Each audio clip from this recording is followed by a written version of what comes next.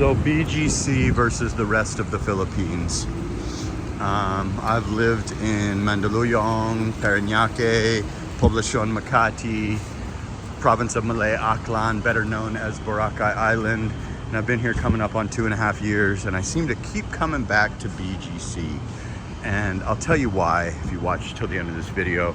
BGC is a comfort zone if you have the budget for it, where you don't really have to deal with, like when I lived in Poblacion, for instance, when I would walk out of my condo and walk towards Club Royal, etc., from Gramercy building in what is considered right over the border of Century City, I would be approached by people, you know, trying to sell goods and, you know, Viagra or sunglasses or phones or, you know, you name it, sneakers or different items that I didn't want. And those people wouldn't be particularly like, just like you say no and they walk away. Sometimes they will be a bit aggressive, like kind of Thailand style.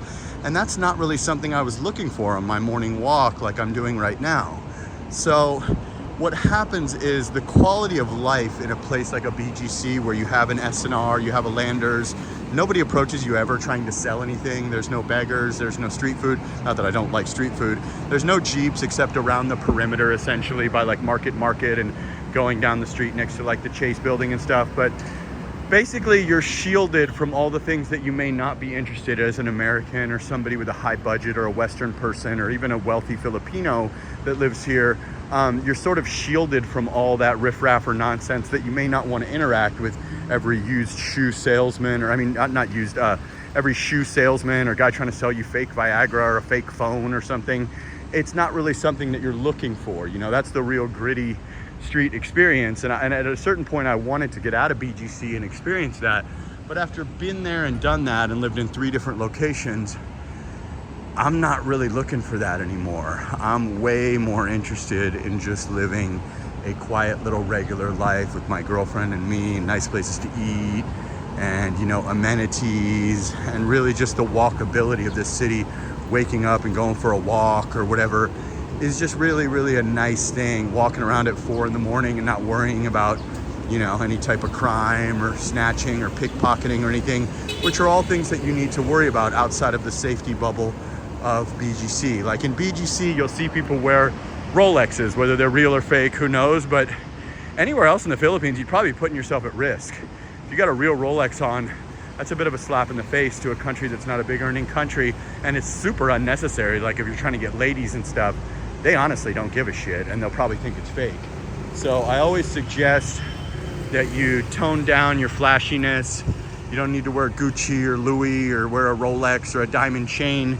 You'll be likely to put yourself in harm's way, even if it's really a fake that's worth $50. I definitely think that you're kind of in a situation where you need to adapt and live like the locals. But I think the quality of life is the reason to stay in BGC. I think that it's just absolutely unparalleled, from the food options to the buildings to the just sort of a buttoned up America or better like experience. It's like a little Singapore or something.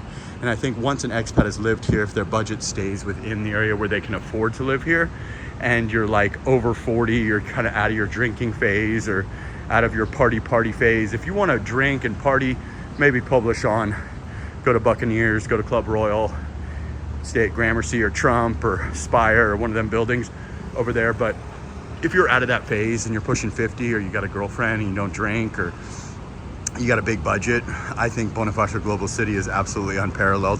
The only area that I could even give a consideration to would be Rockwell, but it's ultra tiny, or the Greenbelt area in Makati. So I really, really think that this is the best value as someone that's now been here a long time and lived outside of here 3 different times, and lived kind of in the province and lived in multiple different areas of Manila that are much cheaper. You'll get more bang for your buck. If you have a small budget, you can get condos in places with amazing amenities for 20K.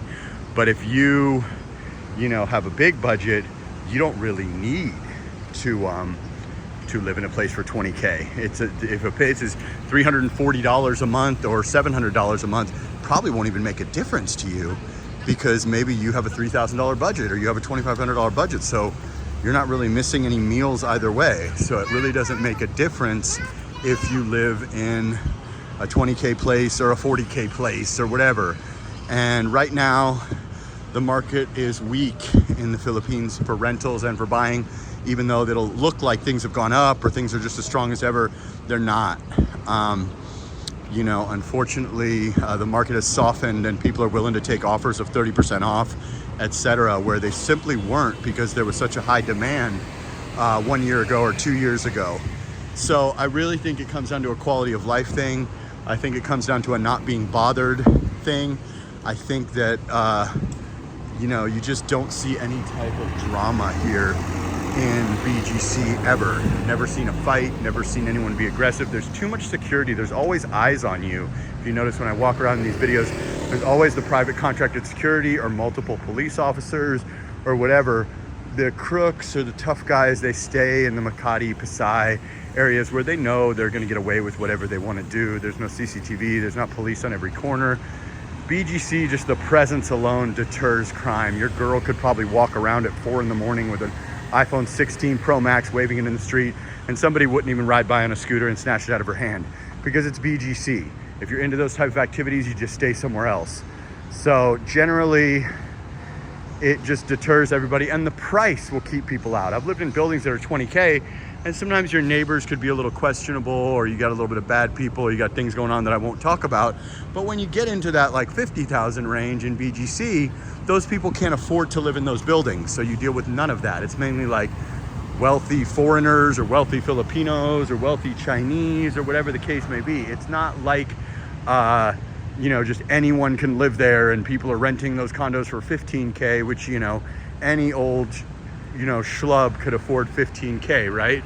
Whether it be a bad expat or, you know, anybody. So you just sort of cut out, whenever you live somewhere that's expensive, whether it be Philippines expensive or even in America. I noticed this in complexes when I live in, you know, a $3,000 a month complex or $2,000 a month complex. You cut out a lot of the riffraff of the $1,000 apartments. In the Philippines, that line is much lower. When you get up towards 30K and stuff, you cut out a lot of the riffraff of the 15,000, 20,000 condo complexes in the cheaper areas of Manila. So that's just something to think about and something that you can come check out. Like, this is always a good soft landing if you want to come to the Philippines and it's your first time. I always suggest just coming here and seeing it. You don't have to move here, but this is a perfect place for your first couple of nights in the Philippines if you've literally never been here. There is almost no place better. This is like the absolute American landing pad. I went to Cebu when I first came here. I landed in Mactan. I almost got an Airbnb there for a month. I realized after being there for like 3 days, I was bored. It was just a bunch of 65-year-olds walking around with 18-year-old Filipinas. God bless, that's legal. Keep doing your thing. But when I ended up going into Cebu City Central, I said, oh, okay, at least I have a decent grocery store. A lot of girls at Ayala Terraces and all that. But then when I ended up flying to Makati and I stayed at Air Residences, I had an amazing view and I thought, oh wow, this is nice. But it did seem a bit, you know, still not quite there yet. Although if Cebu was all that the Philippines had to offer, I would have just gone back and lived in Vegas. Then I came into BGC. I walked around during the day. I walked High Street and stuff, and I thought, oh, this is kind of cool, but let me come get an Airbnb here just to see. Then I got an Airbnb at one of these buildings that we just walked by at One Uptown Residences, and it was like really nicely interiored. And I remember waking up that first morning and I finally felt like, oh, now I can get some rest. This is like home. You know what I mean? This is really, I'm willing to sign for a year here. So I was paying, you know, I don't know, 40, 50 bucks a night or something. And I said, I wonder what the price of this is for long term. So I went down to the front desk and inquired if they knew any realtors and stuff. And to pleasantly my surprise, the condo was going for 30K, which is 500 bucks because we were at like 59 to 1 at that point. So I immediately went ahead and rented it for a year, went back home, broke my lease in Las Vegas, paid $3 grand to get out of it. I was paying like $1,550 a month for a 2-bedroom there, and lost $3,000 on that deal. Took my Mercedes and all my flat screen TVs and fancy furniture and things I had built up over 45 years of life, slapped them in a storage unit after a failed attempt to sell them on Facebook Marketplace, just getting lowballed by everybody on OfferUp and Facebook Marketplace, and said, forget it. Slapped it in a 10 by 25 drive-up storage unit, turned in the plates to my car, canceled my insurance, and never looked back. So you may not be able to take that path. You may not have the finances to do that, but it's worth a check out, to come check out BGC Come check out Boracay. Come check out El Nido, Palawan. Come check out Cebu if you have something drawing you towards that. Come check out Makati. Most definitely get out of the West. Like, comment, subscribe, share the video. I do consultations. Philippines at gmail.com is the way to get a hold of me for consultations. I go live almost every single day around 8 or 9 a.m. Manila time. And Sana all uptown.